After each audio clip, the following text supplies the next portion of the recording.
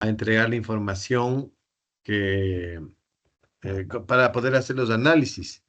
Hablé con el arquitecto Villagómez y en principio se va a hacer después de la hora de proyectos, ¿sí?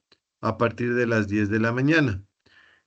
Como todavía no me confirma el arquitecto Villagómez, porque aparentemente los chicos de quinto no han entregado todos los documentos y para poder entregar la información tienen que estar todos los documentos listos en los grupos. Yo creo que tipo 9:30 de la mañana hasta tipo 10, 10:30 se solventará el tema de la organización. Eso quiere decir que posiblemente se les pida a ustedes ir al archivo con una flash memory para grabar la información a partir de las 11. Entre 11 y 12, 12:30 se les va a entregar la información. ¿Ok? Entonces, no hace falta que vayan todos. Con que manden un representante, posiblemente una persona que pueda hacer, pero se les va a entregar ya la información entre el día de mañana y los que queden rezagados como máximo el día lunes. Sé que a algunos ya se les ha entregado la información, un par de proyectos, me dijo el arquitecto Villagómez, pero esperamos que el día de mañana, entre mañana y el lunes, todos tengan ya la información para poder iniciar el trabajo, al menos en lo que eh, implica preparar todo lo que es dibujos, ¿no? Plantas, redibujar, es decir, todo lo que tienen que ir preparando para comenzar el análisis y naturalmente para hacer el análisis también.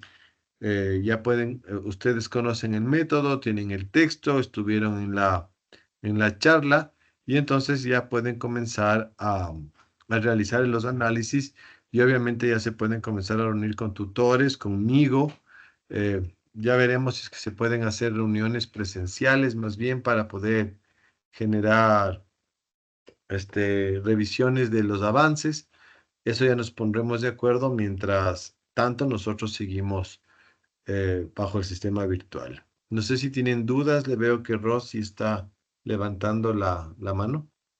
Sí, profe. Respecto a los que tenemos vivienda social, nosotros estamos haciendo el levantamiento. Entonces, en el archivo, ¿qué información nos brindarían, nos ayudarían? Nada, abrazos y besos Entonces, y no sería agradecimientos. necesario ir mañana. No, ustedes no. A las personas que están haciendo los levantamientos, justamente el trabajo, digamos, son proyectos más pequeños, pero ahí un poco se equilibra con los proyectos más grandes, porque quienes hacen vivienda social están haciendo levantamientos físicos. Llegado el punto, como se les había explicado, a todo el grupo de vivienda social se va a organizar unas charlas con el arquitecto Alfonso Ortiz, que fue ex relator histórico de la ciudad, que es una de las grandes mentes de la historia de la ciudad, y también con el arquitecto Patricio Recalde, que es un profesor de la UDLA que ha estado trabajando con arquitectos como Clímaco Bastidas y el mismo Alfonso Ortiz en la construcción de la historia de Quito. Alfonso Ortiz, por ejemplo, ha escrito buena parte de los libros que hacen referencia a la historia de la ciudad y lo hizo a través del antiguo Fondo del Salvamento. Y entonces, claro, para poder construir el relato histórico. Nos vamos a reunir con el Alfonso, le vamos a invitar y los chicos que están, los 40 estudiantes que están involucrados con el proceso de la vivienda social, pues van a tener la oportunidad de hablar con este historiador y hacerle preguntas con respecto a sus proyectos para ir un poco empatando información que les pueda faltar. Eso es lo que va a organizar el archivo para ustedes. Pero eso cuando ya tengamos al menos el tema de los levantamientos resuelto. Cuando ya esté todo dibujado, ahí organizaremos esas charlas, digamos. ¿Sí, Rosy? Ya, profe, gracias. Bueno, no sé si alguien tiene preguntas. ¿Mm?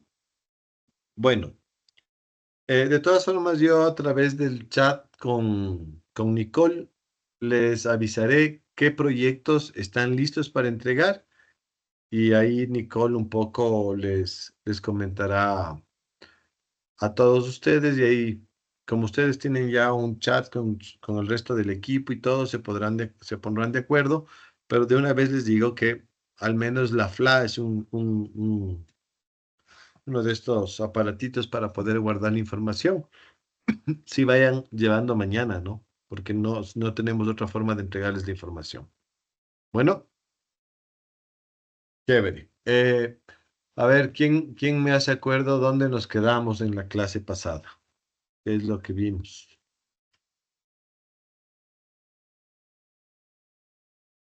Kelly Rodríguez. ¿Qué dice Kelly? ¿Qué me hace acuerdo que estábamos hablando?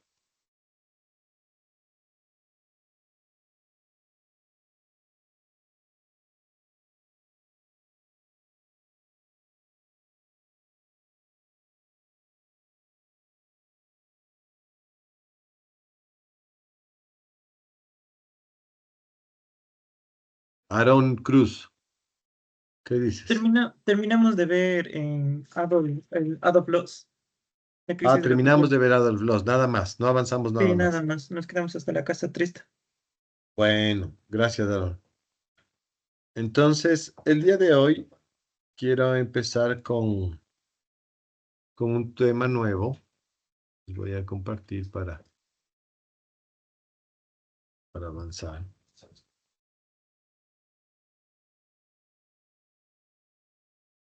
¿Me avisan si se puede ver la presentación? Sí, ya. Bueno, quiero hoy desarrollar el tema. No vamos a alcanzar a terminar este tema el día de hoy, básicamente porque a las 5:30 han convocado una reunión en la universidad que me va a tocar a mí atender, pero de todas formas la quiero empezar a la clase. De lo que veamos hoy, no hay necesidad de firmar mañana, sino cuando el tema se acabe, ¿sí? Que será seguramente el próximo martes y a ustedes les firmaré la clase el día miércoles próximo, si es que mis eh, cálculos están bien, ¿no? Pero de todas formas sí me es importante comenzar a hablar de este tema que, como les he dicho, siempre viene muy relacionado, está totalmente concatenado con muchas de las cosas que hemos venido hablando desde el principio, ¿no? Desde que iniciamos este, este semestre con esta información relacionado con la historia, con la teoría y con la crítica. Vamos a hablar de la Bauhaus. Con seguridad muchos de ustedes habrán ya escuchado algo de este tema. Además, como no están muy claros los sílabos, a veces hay ciertas repitencias, así que es posible que ustedes hayan escuchado ya esto. Sin embargo, me parece que es importante ir haciendo una explicación que vaya de alguna forma articulando mejor este conocimiento. Y en el caso específico de la Bauhaus me interesa, fíjense ustedes que el periodo de vigencia de la escuela va de 1919 a 1932. Es un tiempo relativamente corto, ¿no? Es un tiempo relativamente corto, pero es interesante cómo la escuela de la Bauhaus tuvo una influencia absoluta sobre la arquitectura de manera particular, pero en general sobre todas las artes. Lo primero que hay que decir de la escuela de la Bauhaus, y que de alguna forma lo voy a tratar de resumir con algunas cuestiones ahorita de tipo histórico, antes de enfrentar la parte de teoría como tal, es que ustedes recordarán que cuando hablábamos de la Deutsche Wehrbund, es decir, de esta temática que involucraba esta asociación entre industriales y artistas alemanes para poder mejorar la producción industrial alemana, aparecía el nombre de este señor, Peter Behrens, que les contaba yo, se hizo cargo de como asesor de diseño de de una empresa que es la industria alemana de electricidad, así se denominaba, AEG. Y claro, ustedes recordarán que dentro de ese tema les comentaba el éxito que llegó a tener Peter Behrens en ese tema, ¿no? Eh, Mientras en un principio le invitaron para asesorar sobre el diseño de los productos y obviamente algunos edificios, entre esos la famosa fábrica de turbinas, pero era interesante porque, y les comentaba eso en esa clase, él comenzó a incidir en todos los aspectos relacionados con el diseño de la fábrica, que iba mucho más allá del propio producto o de sus edificios. Él también producía, por ejemplo, el material gráfico que se requería para la publicidad de los objetos. Y entonces fíjense que comenzó a abarcar muchos temas que de alguna forma era tradicional que los arquitectos se hagan cargo. Es decir, la arquitectura de principios del siglo XX tenía como campo de acción o como campo de trabajo algunas cosas que hoy por hoy nosotros vemos completamente desligadas, especialmente el trabajo relacionado con el diseño o con los diseños. Y entonces, a principios de siglo no era raro ver que un arquitecto hacía el trabajo que hoy hacen los diseñadores gráficos, los diseñadores interiores, los diseñadores industriales e incluso los diseñadores de modas. ¿Sí? No es raro que eso haya pasado porque además una de las condiciones que suele ser muy descriptiva de la modernidad, o al menos cuando se habla de modernidad, es esto que se llama la arquitectura total, o esa intención del arquitecto de abarcar todos los aspectos posibles del diseño del edificio, que no terminan, obviamente, en el edificio.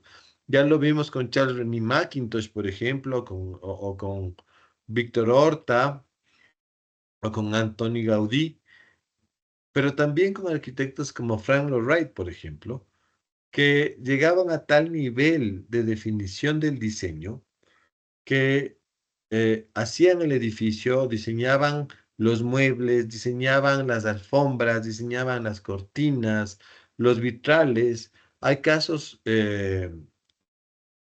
notables de estas acciones, como por ejemplo las de Frank Lloyd Wright con el edificio Larkin, en donde diseñó hasta los teléfonos, los aparatos telefónicos, que yo no sé si alguno de ustedes alguna vez ha visto un aparato telefónico, tal vez en una foto, pero que, claro, a principios de siglo eran última tecnología.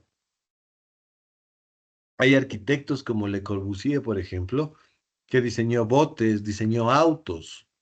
Entonces, había como que esta tendencia de que los arquitectos se involucren muchísimo porque eran los que, desde el punto de vista de la preparación y del conocimiento, los que estaban más conscientes de eso que nosotros hoy denominamos diseños, incluido el arquitectónico, porque el proyecto arquitectónico es efectivamente producto del diseño arquitectónico, ¿sí? Del diseñar. Bueno, como Peter Behrens estaba encargado de esto, él encontró como mecanismo para poder desarrollar esta cuestión una cosa que ya les había yo comentado, el taller. O sea, su oficina funcionaba como un gran taller en donde estaban involucradas muchas personas, casi todos arquitectos, pero también gente que estaba eh, relacionada con otras eh, disciplinas, como la pintura, como la escultura. Y justamente se nutría ese taller de los estudiantes de la Escuela de Artes Aplicadas de Breslavia o de Breslau, ¿sí? De donde Peter Behrens era el director. Recuerden ustedes que yo les había comentado cuando hablábamos del tema de la Deutsche Werbung, que la asociación entre industriales y artistas había considerado que el mecanismo ideal para que se ejecute desde el punto de vista ya práctico esa colaboración eran las escuelas de artes aplicadas o las escuelas de artes y oficios. Y entonces Peter Behrens era uno de esos directores que involucró y que ejecutó esta suerte de elemento de instrumento operativo para la colaboración. Fíjense que es interesante porque ese es el espíritu de las famosas prácticas preprofesionales o las pasantías que hacen los estudiantes en las empresas, ¿no? Un poco la idea es que vayan, aporten y aprendan también. Esto que tiene un origen muy antiguo, sigue pasando.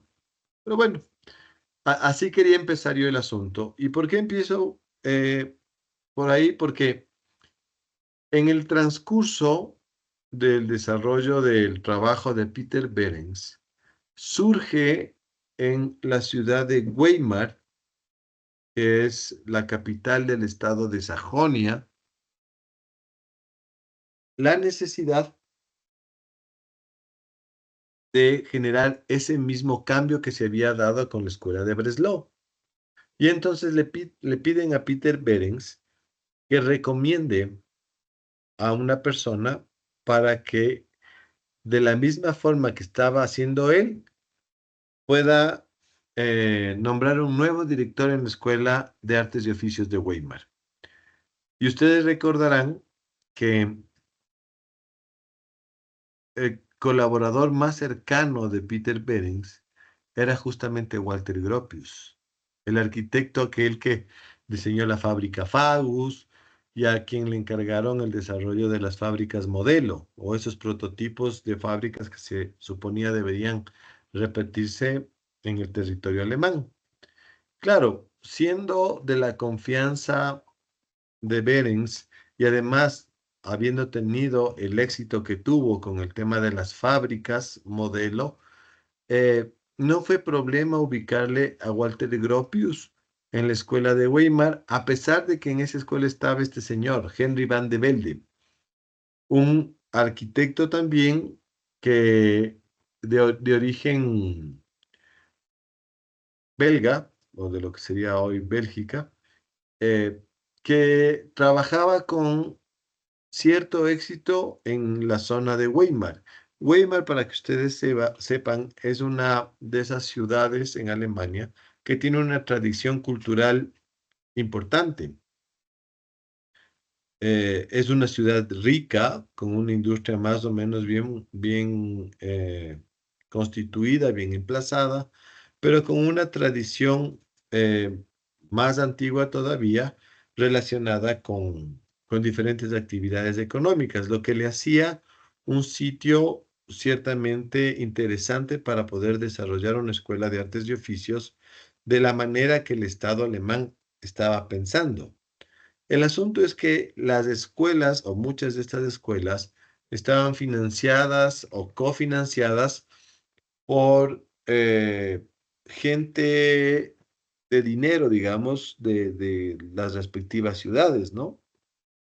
Una suerte de donaciones y de trabajos de ese tipo que se llevaban hacia estas escuelas. En el caso de la de Weimar, donde había mucha gente que aportaba para el desarrollo de la escuela, era gente rica que tenía interés en que la escuela se mantenga porque eh, de una forma un poco particular, en esta escuela estudiaban las hijas, mujeres de estas familias ricas.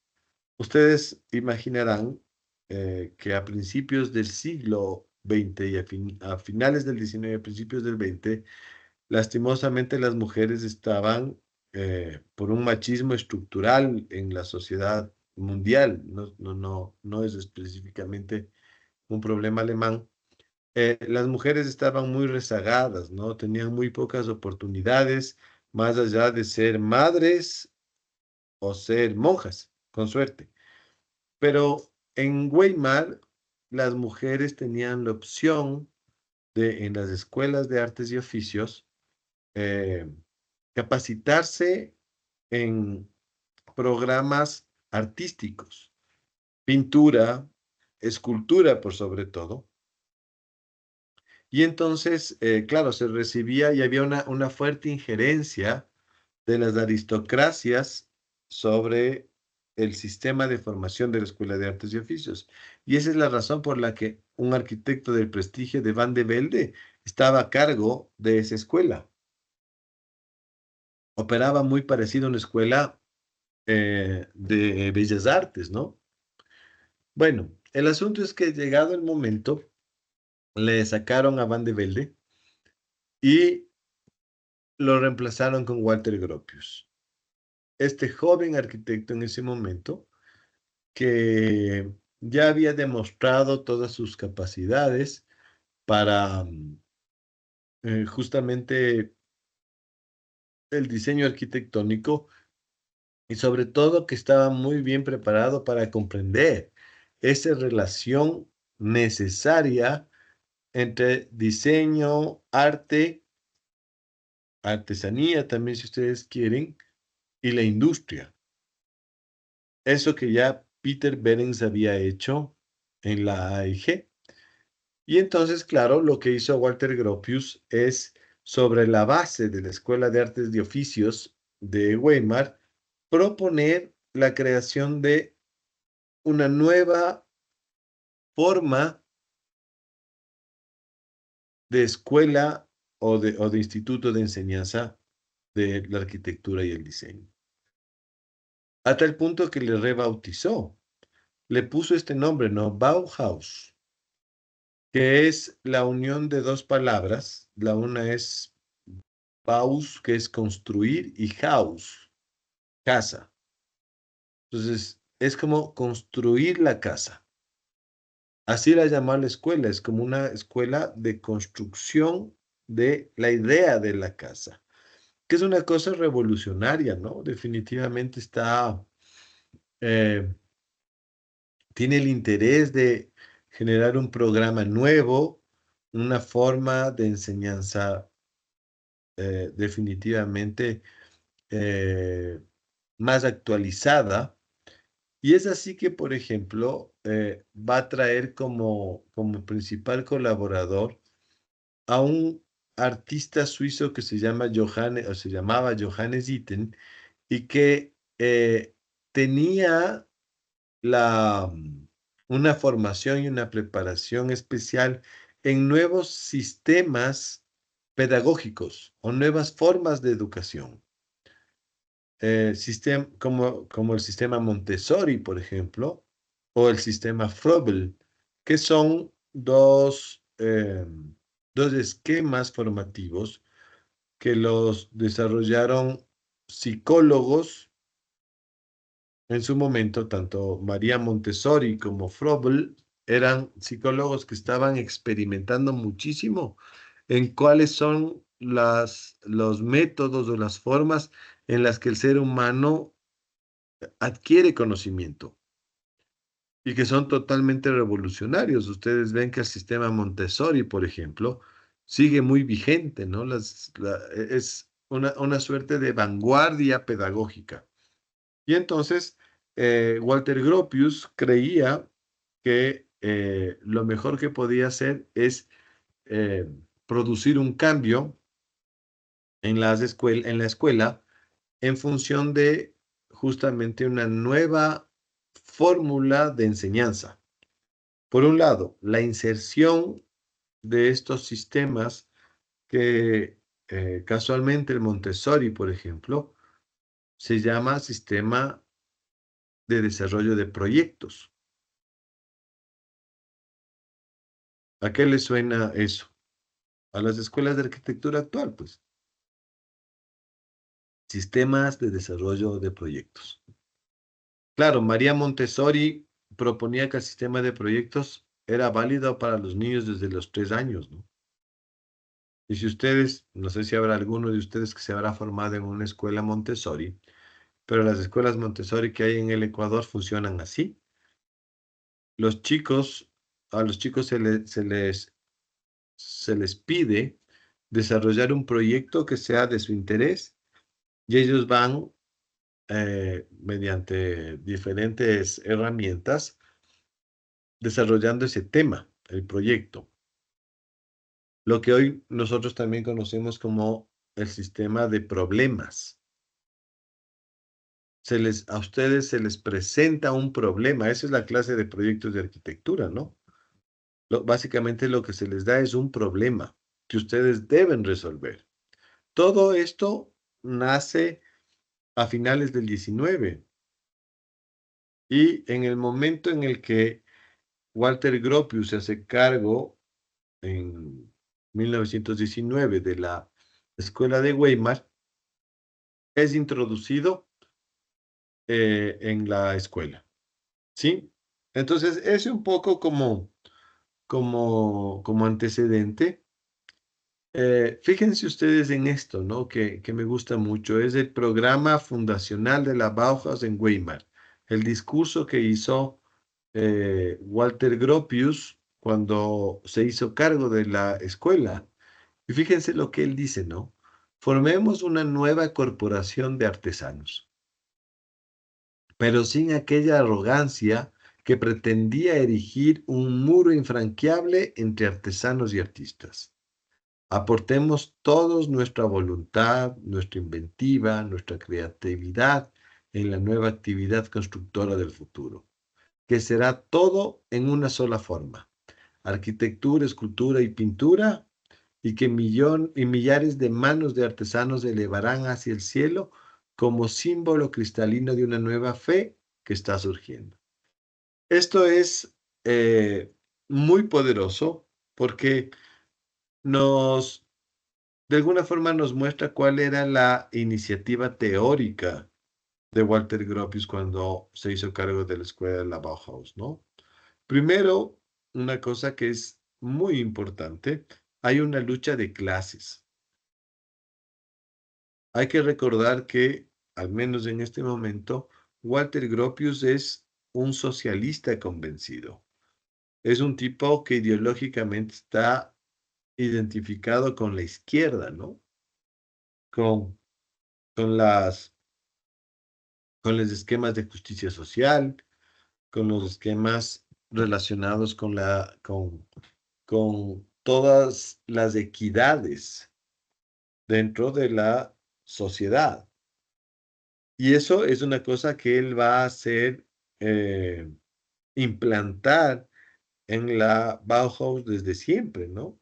Es decir, nada de racismos, nada de xenofobia, nada de homofobia, eh, nada de clasismos. En lo posible, una situación de igualdad ideal.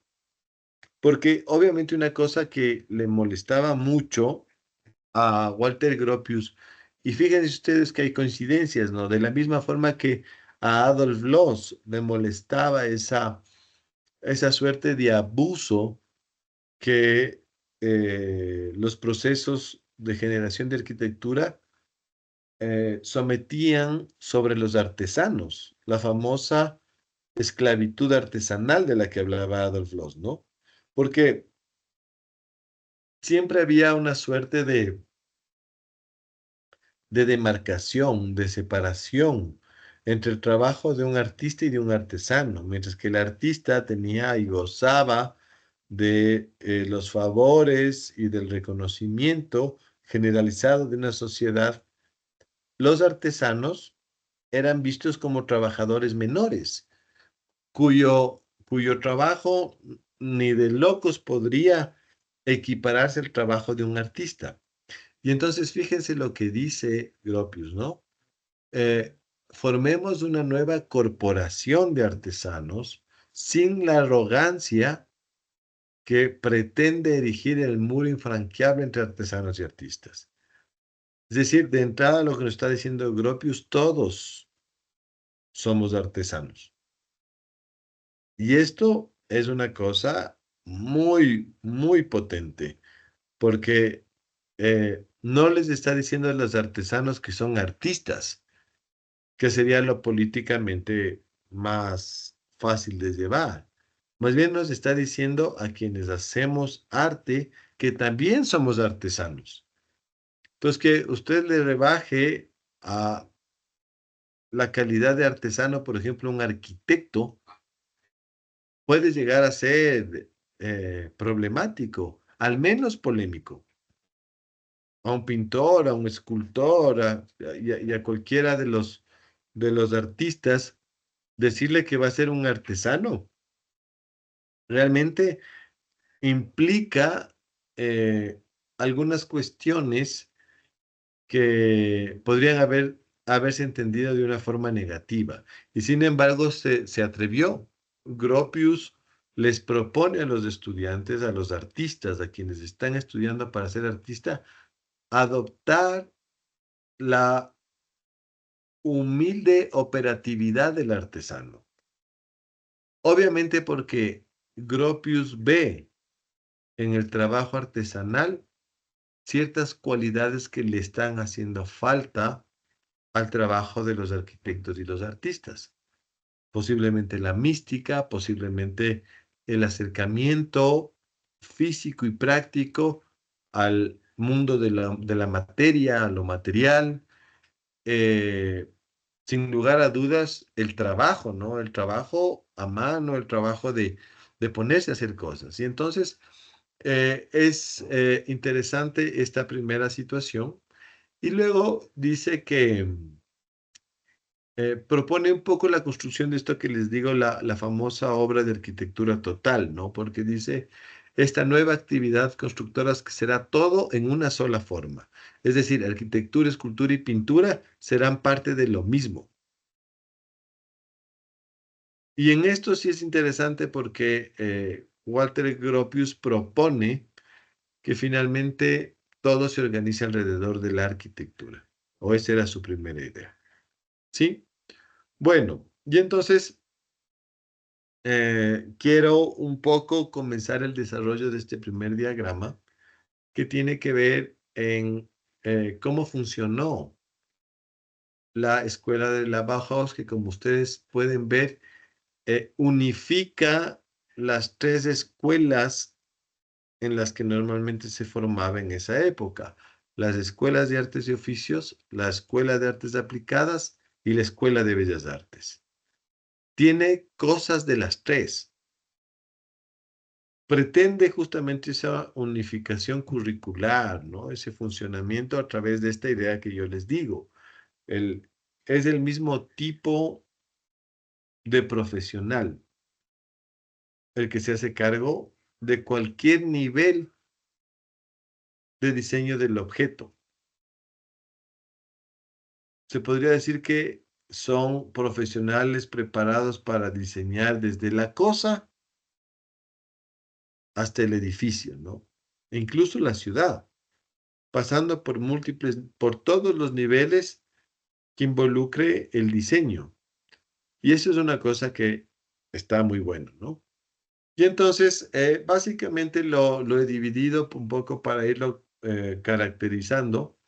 La escuela tuvo tres etapas.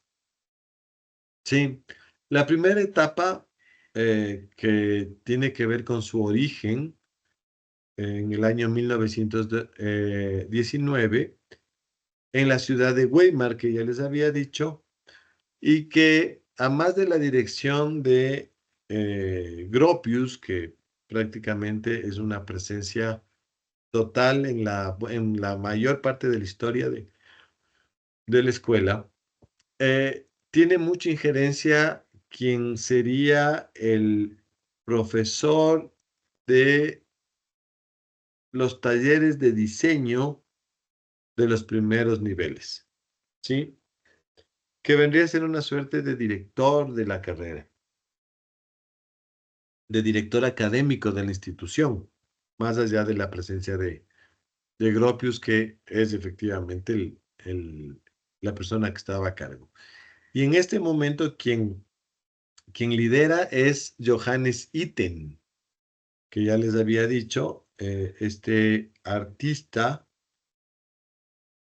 suizo que, que tenía una formación eh, un poco extraña, si quieren, para la época, porque además de ser artista plástico, el hombre estaba muy involucrado con un estudio casi místico de las cuestiones espirituales. Entonces era un practicante del taoísmo y de otras formas cuasi religiosas, ¿no? Basadas en ciertos comportamientos, especialmente de culturas orientales, ¿no? Japoneses, chinos, hindúes. Y entonces temas como la meditación, asuntos de comportamiento social, como el vegetarianismo, eh, la abstinencia autoimpuesta eh, de ciertos comportamientos, de ciertas conductas, pero también de ciertas eh, cuestiones. Es decir, es un tipo ciertamente un poco místico, pero de la misma forma que Walter Gropius, con muy buenos contactos en el mundo cultural europeo, ¿sí? Y esta va a ser una característica, y lo vamos a ver en un diagrama posterior, la cantidad de figuras determinantes en la historia de la cultura europea que estuvieron involucrados como profesores en la Bauhaus. O sea, para cortarles figuras como Kandinsky, como Klimt, como Theo van Doesburg, como Mies van der Rohe, como Hannes Meyer, como Marcel Breuer, o sea, figuras realmente potentes de la arquitectura y el arte del siglo XX, fueron profesores de eh, de la Bauhaus. Como les digo, en buena parte, gracias a la presencia de estos personajes sobre las direcciones, ¿no? ¿Sí? O ingiriendo sobre la dirección y la estructuración académica de la escuela. Una segunda etapa de la escuela, que seguramente es la etapa más notable, donde se desarrolló eh, la parte más fuerte de, del desarrollo de la escuela, es la que se sucede entre 1922 y 1928. Eh, la etapa inicia en la misma escuela de Weimar, en la ciudad de Weimar, pero en un punto esta presión que ejercía la aristocracia de la ciudad sobre el manejo de la escuela, porque además eh, no solo que la escuela era radical desde el punto de vista de la formación académica, también era radical en muchos otros aspectos, ¿no?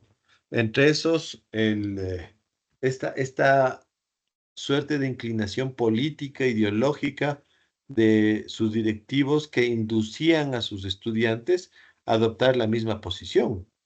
Cosas que resultaban, por lo menos decir, extravagantes, ¿no? Como la presencia de Itten con todo su misticismo. También es cierto que funcionaban como todas las vanguardias, ¿no? Eran terriblemente bohemios, se rompían muchísimas barreras jerárquicas.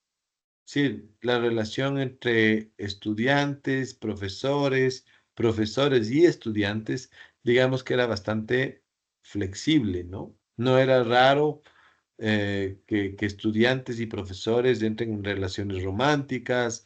Es decir, estas cosas que en un contexto muy tradicional resultaban un poco polémicas, terminó haciendo que la escuela opte por mudarse de ciudad y se van de Weimar y se instalan en otro municipio, en otra ciudad que se llama Dessau.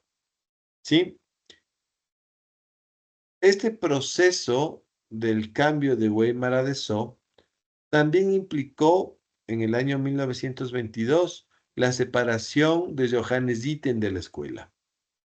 El reemplazo de esta figura que de alguna forma se convertía en la figura más fuerte en la cuestión curricular, en los sistemas de enseñanza, y es reemplazado por un artista húngaro que se llama Laszlo Moholy-Nagy, que está muy, muy influenciado por el arte de la nueva Unión Soviética, ¿no? El arte constructivista de los soviéticos. Es mucho más práctico, mucho más técnico y bastante más experimental.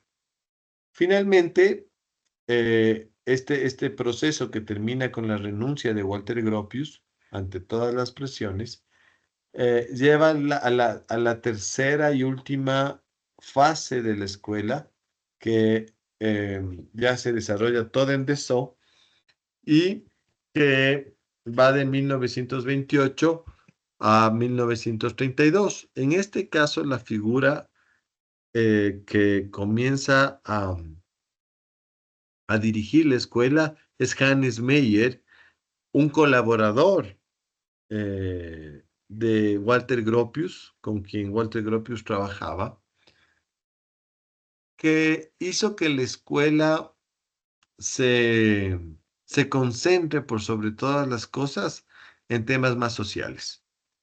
Bueno, al final Hannes Meyer termina renunciando y el último director de la escuela va a ser Mies van der Rohe. Sí, Mies se hace cargo de la dirección de la escuela, pero lastimosamente por todas estas cosas que les iré un poco contando, la escuela tiene que ser cerrada en el año 1932 por la presión de un gobierno ya nacional socialista en Alemania. Es decir, Hitler había llegado al poder y la escuela le resultaba terriblemente incómoda, ¿no? Terriblemente incómoda. Estaba o representaba totalmente lo opuesto a las ideas que Hitler tenía para Alemania, pues. Y entonces ahí termina la escuela.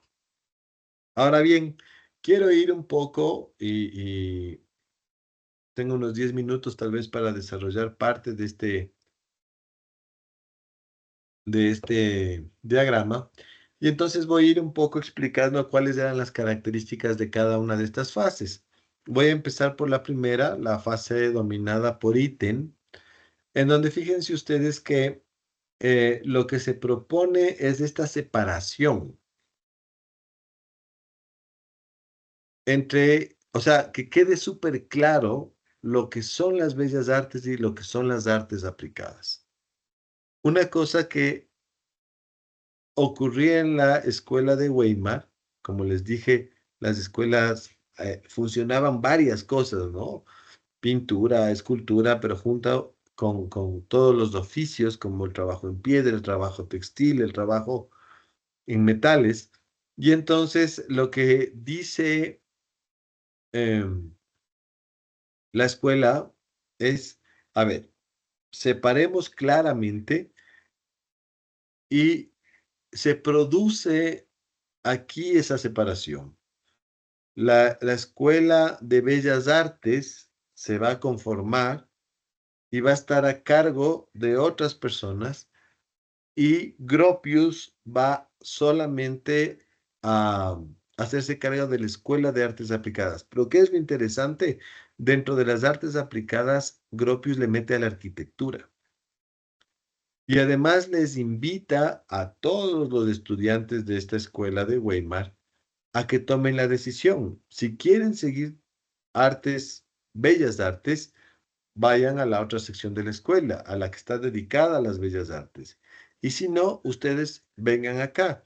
Y muchos de los estudiantes jóvenes, como suelen ser los jóvenes, un poco impulsivos, o más que impulsivos, digamos que con toda esa energía, con toda esa fuerza, a veces un poco rebelde, a veces, pero en todo caso con esas ganas de cambiar las cosas, ¿no?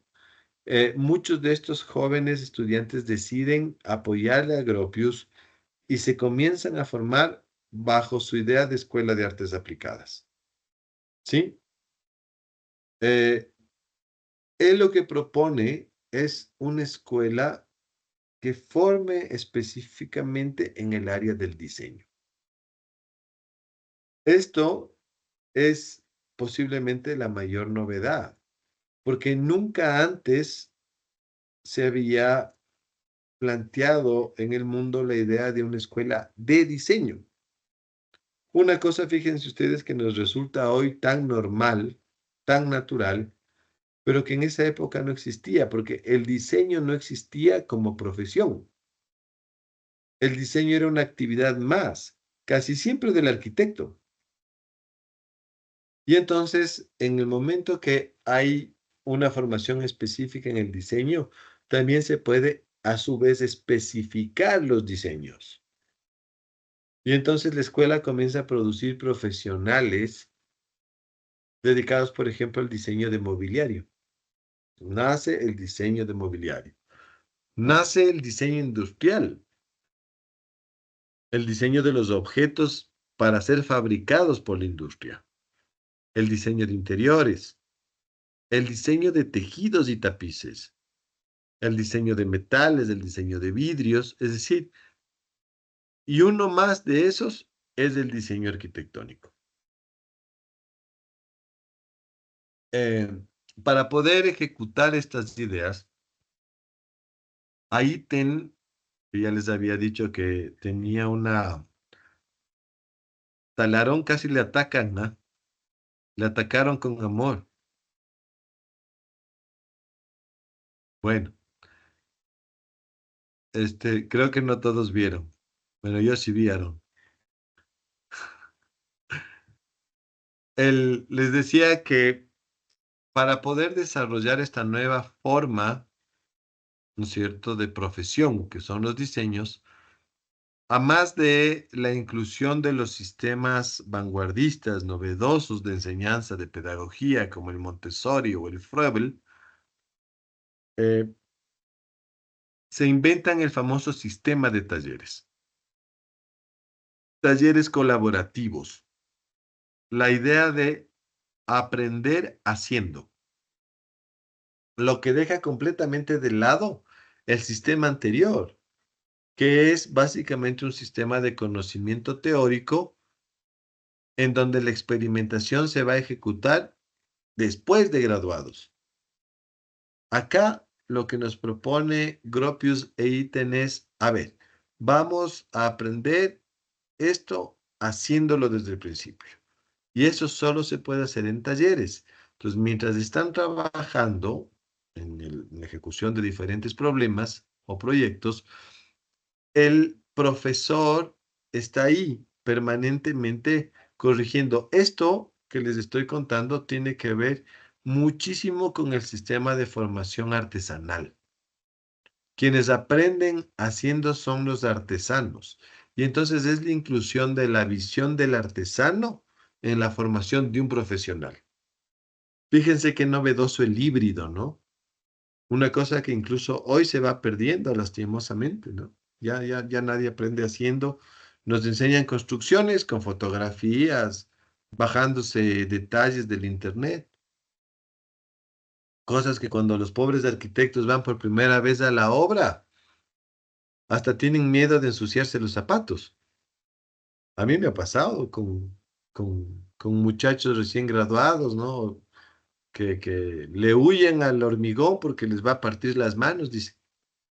En fin, esas cosas son justamente las que el sistema de la Bauhaus esperaba que no pasen.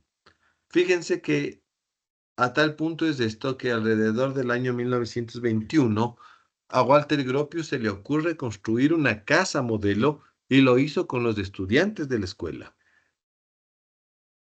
que aprendieron a ser albañiles, que aprendieron a ser carpinteros, que aprendieron a ser herreros y construyeron esta casa, que era una casa moderna experimental. Entonces era esta idea de hacer haciendo, ¿no? Eh, una cosa que siempre tuvo la escuela y que ya les había comentado hace un ratito, es que había una influencia muy fuerte de la cultura externa y de las vanguardias experimentales. Todo artista que esté proponiendo en Europa un cambio al status quo de la cultura era invitado a ser profesor de la Bauhaus.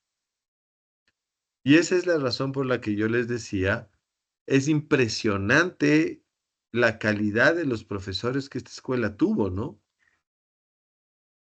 No solo arquitectos, obviamente muchísimos arquitectos, pero también artistas plásticos, ¿no? Pintores, escultores, pensadores.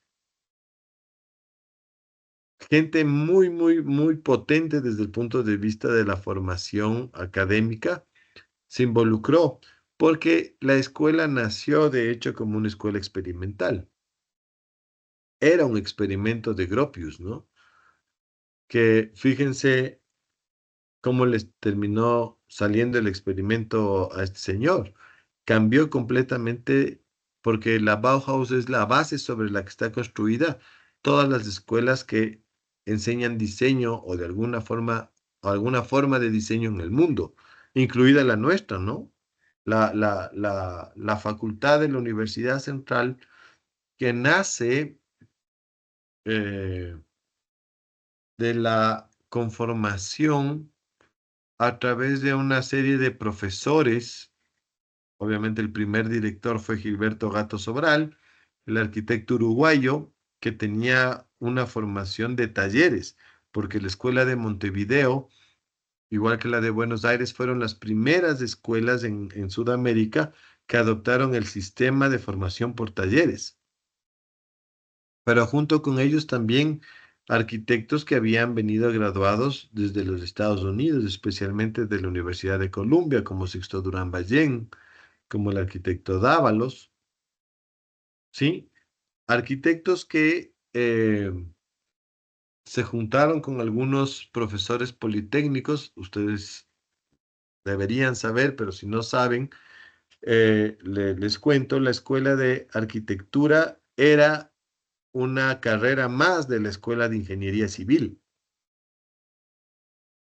Antes de convertirse en una facultad de arquitectura, éramos una carrera de ingeniería civil y durante todo ese periodo, lo que hacía Gato Sobral, que era el director, ¿no es cierto? Era tratar de conformar una escuela más o menos bajo la iniciativa de lo que la Bauhaus había propuesto en 1919. ¿Sí? Que es el esquema de experimentación, el sistema de talleres y la formación específica en diseño. Bueno, esta primera fase de la escuela da primacía a la arquitectura como esquema totalizante. Todas las cosas que se enseñaban en la Bauhaus en esta época tenían que ver con la arquitectura. Todo, todo, todo, todo. Y una cosa que ya les había dicho un poco, la escuela siempre propendió a la eliminación de cualquier forma de distinción de clases. Es decir, era una escuela formada bajo la idea de justicia social, ¿no? No había ricos, no había pobres, no había hombres, no había mujeres, no había artesanos, no había artistas. Todos, exactamente todos, eran iguales y eso les llevó a lo que les decía. Tampoco se respetaba, no era tan marcado quién era el profesor y quién era el alumno. Consecuencia de esta situación es que muchos de los alumnos de la Bauhaus terminaron siendo profesores en la Bauhaus. Y grandes profesores, ¿no? Bueno, de eso seguiremos hablando después. ¿Ok? Bueno, chicos, aquí vamos a quedar el día de hoy. Continuamos con la clase el martes. El martes le finalizaremos el tema. Esta clase siempre está pensado para dos, así que de eso ustedes no se preocupen. Nos encargaremos de acabar el tema el próximo martes. ¿Ok? Listo, chicos. Muchas gracias. Nos vemos la próxima semana. Hasta luego. luego, Arqui. Hasta luego, Aquí, Arqui. no Hasta sé luego, Arqui. si leyó mi mensaje, es que llegué un poquito tarde, entonces no sé si me puedo poner en lista. Aarón Cruz, ya, déjame ver. Sí, ya te pongo. Por favor.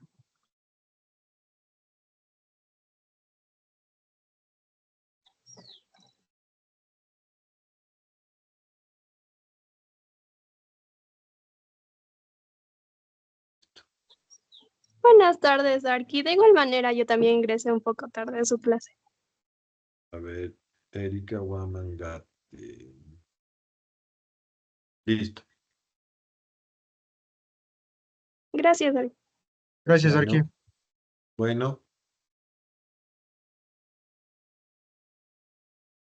Arqui, yo tenía una...